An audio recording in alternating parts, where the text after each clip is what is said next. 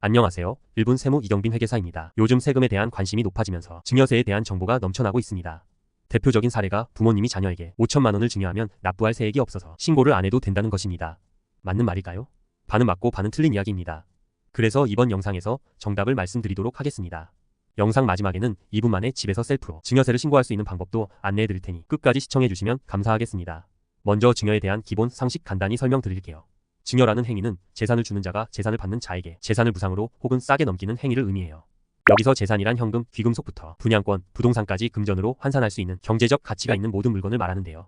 이외에도 자녀가 부모님으로부터 현저히 낮은 가격을 주고 재산을 받는 경우에도 그 이익을 증여 재산으로 보고 자녀가 부모님의 부동산을 무상으로 사용하거나 용역을 제공받음에 따른 이익도 증여에 해당합니다. 그래서 증여자는 재산을 주는 자를 의미하고요.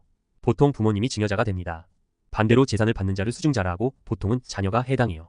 예외적이지만 자녀가 효자라면 반대가 될 것인데요. 자녀가 효자라서 부모에게 증여를 한다면 수증자는 부모가 되고 증여자는 자녀가 되는 것이에요. 자, 그러면 증여세는 누가 부담해야 할까요? 세법에서는 재산을 받은 자녀 즉 수증자가 부담하도록 명시하고 있어요. 다만 예외적으로 어린 자녀가 부모님으로부터 재산을 증여받으면 자녀가 세금을 납부할 여력이 없으므로 부모님이 증여세를 대신 부담할 수 있어요. 이때 대신 내준 증여세만큼에 대해 추가로 증여세를 내야 해요.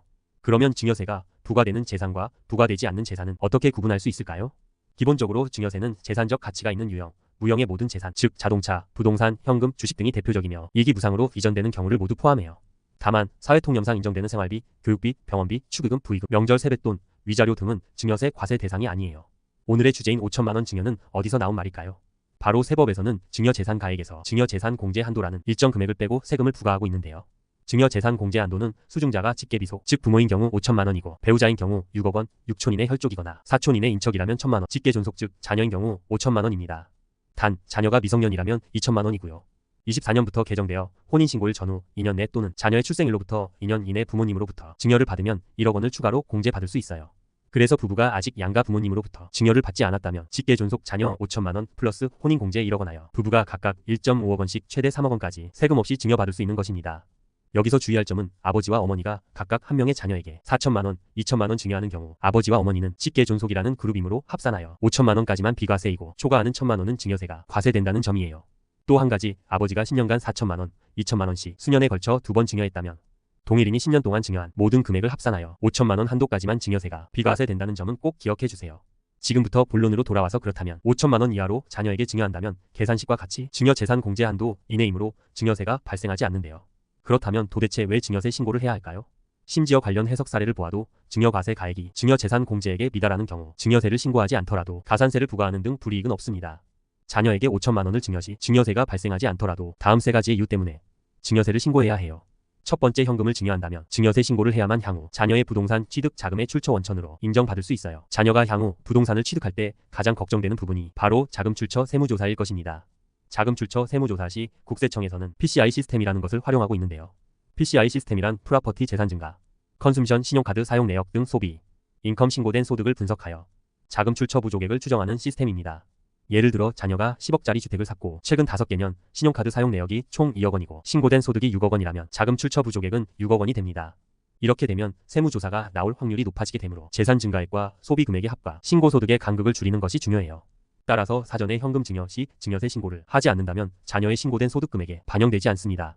반대로 현금 증여 후 증여세 신고를 해둔다면 소득 원천으로 인정되어 신고소득을 높이고 자금 출처 부족액을 줄일 수 있으며 이는 곧 자금 출처 세무조사가 나올 확률을 낮춰주는 것이므로 낼 증여세가 없더라도 증여세 신고는 꼭 하셔야 해요.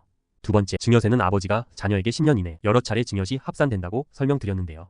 많은 부모님들이 향후 최초 증여 시 5천만 원 이내니까 신고를 안 하시는 경우가 많습니다. 최초 증여 이후 재차 증여 시 최초 증여분에 대해 인지하더라도 이제 와서 신고하기도 애매하여 안 하기도 하고 또는 까먹고 못하기도 해요. 그렇게 되면 향후 자녀가 부동산 취득하고 자금 출처 조사를 받는 경우 최초 미신고한 분에 대한 증여세와 과소신고한 증여세에 대한 가산세 그리고 납부 지연에 따른 불성실 가산세가 함께 부과되어 증여세 폭탄으로 돌아올 수 있어요.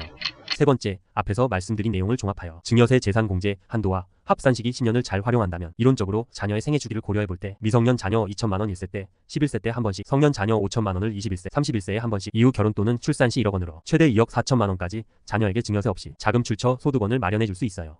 물론 이론적인 것이므로 부모님의 자금 여건에 따라 맞추어 활용하신다면 충분히 좋은 절세 전략이 될 수 있어요. 증여세가 발생하지 않더라도 증여세 신고는 꼭 하시라고 말씀을 드렸는데요. 그러면 증여세 신고는 어떻게 하는지 안내해 드릴게요. 누구나 홈택스에 가입하시고 공인인증서만 등록되어 있으시다면 그리고 가족관계증명서와 은행 이체 내역만 준비되어 있다면 집에서 온라인으로 혼자서 2분 내에 증여세 신고를 마칠 수 있어요. 먼저 홈택스 사이트에 접속하시고요. 상단 세금 신고 탭에서 좌측 증여세 신고 그리고 일반 증여 신고 버튼을 클릭해 줍니다. 현금 증여 간편 신고 버튼을 눌러주시고요. 증여자는 부모님, 수증자는 자녀로 하여 기본 정보를 입력해 줍니다. 미성년자라면 수증자 구분란에서 미성년자의 좌측 박스에 체크 표시를 해줍니다. 완료하셨다면 저장 후 다음 이동 버튼을 눌러주세요. 다음으로 증여받은 재산을 입력해 주시는데요. 현금 3천만 원을 증여한다고 가정해 보겠습니다. 현금란에 3천만 원을 입력해 주시고요. 아래 세액 계산에서 양괄호 24는 자동으로 입력됩니다. 자녀이므로 양괄호 26, 27 집계존 비속란에 3천만 원을 기재해 줍니다. 향후 재차 증여 시 한도가 2천만 원이 남기 때문입니다. 이렇게 눌러주고 위에 증여세 계산하기 버튼을 눌러주시면 양괄호 52번에 납부할 금액은 0원이 나옵니다. 저장 후 다음 이동 버튼을 눌러주세요. 지금까지 입력한 내용을 바탕으로 최종 신고서 기재가 완료되었습니다. 확인해 보시고 이상이 있다면 이전 버튼을 눌러 수정해 주시면 됩니다.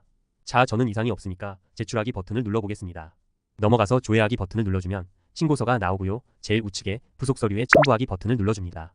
가족관계증명서와 계좌 이체 내역을 첨부해 줍니다. 계좌 이체 내역은 은행 거래 내역 캡처 본하셔서 첨부해도 됩니다. 이렇게 제출하시면 집에서 셀프로 증여세 신고가 끝납니다. 이번 영상에서는 자녀에게 증여 시 세금이 없더라도 반드시 증여세 신고를 하셔야 하는 이유 3가지에 대해서 안내드렸는데요.